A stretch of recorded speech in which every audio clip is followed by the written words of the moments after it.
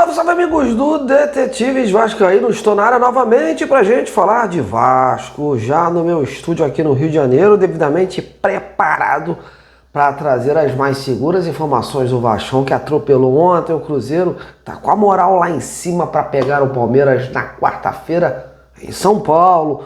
Tudo sobre o dia seguinte à vitória, o pensamento do Fernando Diniz sobre esse momento, a possibilidade de voos mais altos, que se projeta em termos de time para quarta-feira, eu vou te contar já já. Mas antes, pedir para vocês aquele like aí embaixo para fortalecer o canal, aquela moral também compartilhando o vídeo nas suas redes sociais ou entre amigos, e aquela inscrição aí para quem chegou até aqui e ainda não é um inscrito deste projeto. Bora, meu povo vascaíno, me assista até o final e vem comigo nessa! Bom, e o Vasco está em evolução no Campeonato Brasileiro. Os 3 últimos jogos comprovam isso. Após algumas derrapadas, empatou com o líder Flamengo, após estar perdendo. Venceu também de virada o Bahia em São Januário. E ontem, em casa, voltou a vencer bem. Só que a equipe do Cruzeiro, que está lá nas cabeças da competição. Isso por si só já criou um otimismo muito grande no clube, na certeza de que o caminho está sendo bem pavimentado para voos mais altos. Rodadas lá atrás, a briga do Vasco era lá embaixo da tabela. Com os últimos resultados alcançados, o Vasco se vê no pleno direito de pensar no algo mais e olhar para as partes de cima. Motivos tem sobra. Fernando Diniz, aliás, um dos responsáveis por esse crescimento, está convicto que esse time pode sim ir mais além e que é preciso acreditar. Ontem, ao ser perguntado o que mudou do Vasco, que oscilava para esse Vasco mais determinado e efetivo, o treinador enalteceu o trabalho de todos os bastidores do clube, mas acredita que o nível de concentração dos jogadores foi preponderante para essa mudança. A mentalidade dos atletas contribuiu muito para isso. Na visão do Diniz, os jogadores ganharam mais consciência daquilo que tem que ser e que o maior adversário a ser vencido é o próprio Vasco. Segundo Diniz, o concorrente maior do Vasco é ele mesmo. E por isso ele exigiu muito diariamente dos seus atletas para que novos efeitos acontecessem dentro do grupo.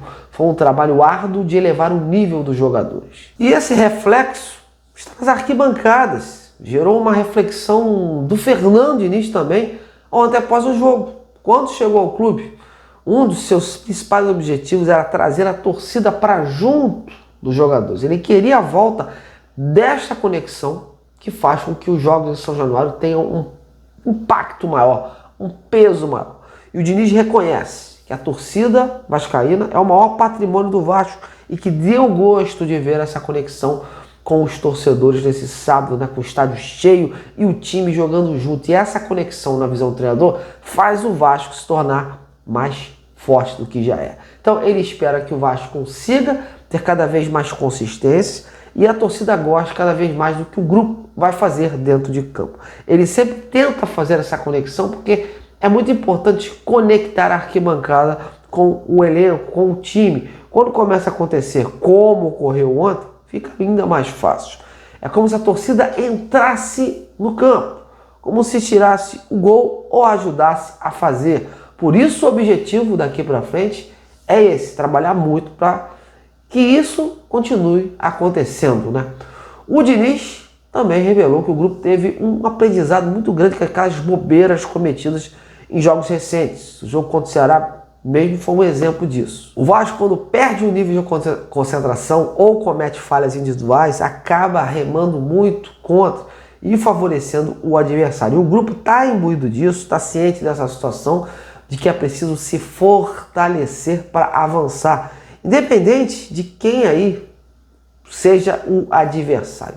E agora o foco é o Palmeiras, que inclusive perdeu hoje para o Bahia nessa rodada, e vai com tudo para cima do Vasco, lá em São Paulo, na quarta, para não perder o Flamengo de vista, o Flamengo que lidera o Brasileirão. Mas o Diniz reconhece que o trabalho ainda está sendo desenvolvido de escapar dessa zona de baixo, mas que logo, logo o foco sim, o Vasco vai poder olhar mais com carinho para essa parte de cima da tabela.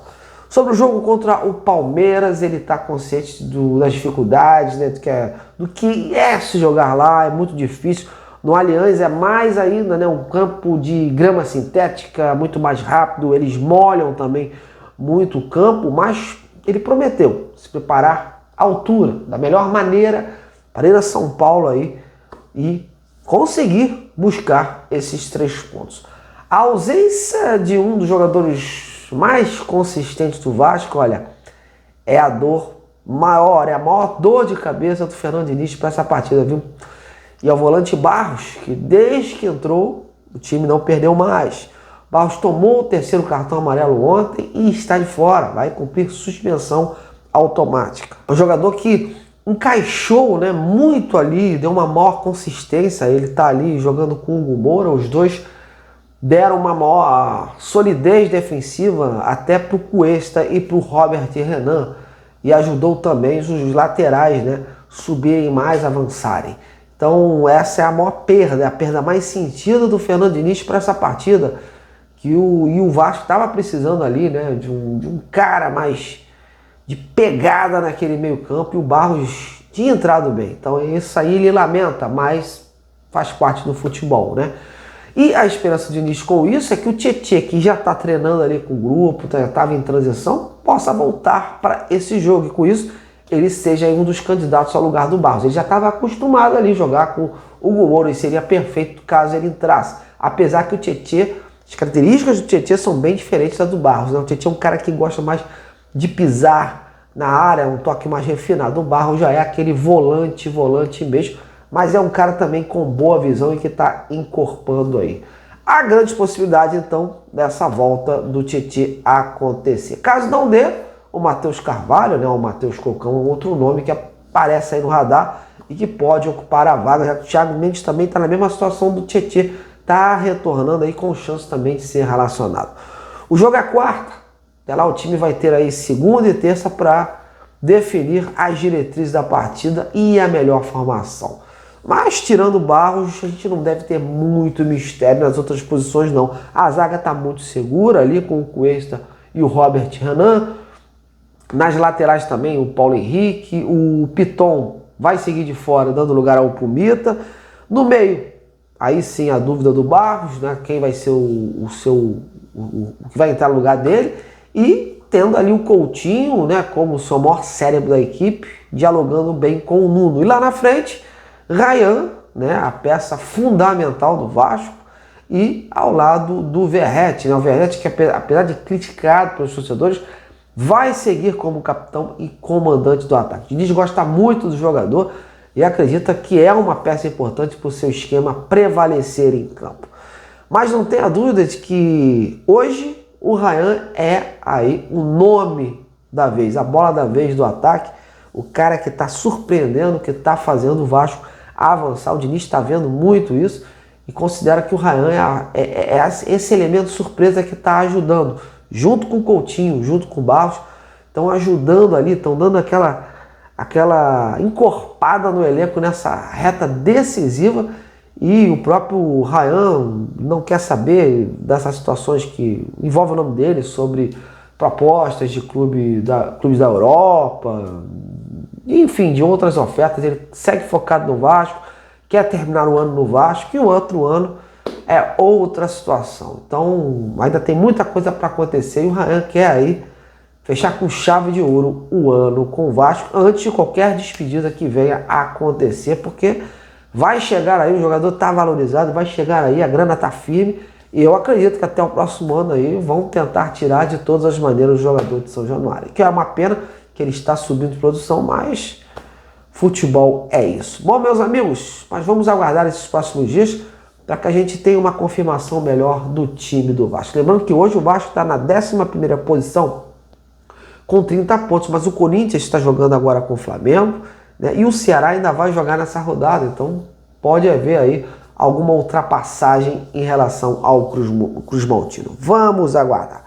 Bom, então eu tô indo e agora eu quero que vocês comentem aí como é que vocês viram essa vitória de ontem, quem é o melhor jogador para poder substituir o Barros aí e como vocês estão vendo esse crescimento do garoto Ryan. Tô indo nessa, amanhã a gente se vê, uma ótima semana a todos, um ótimo fim de domingo. Até lá!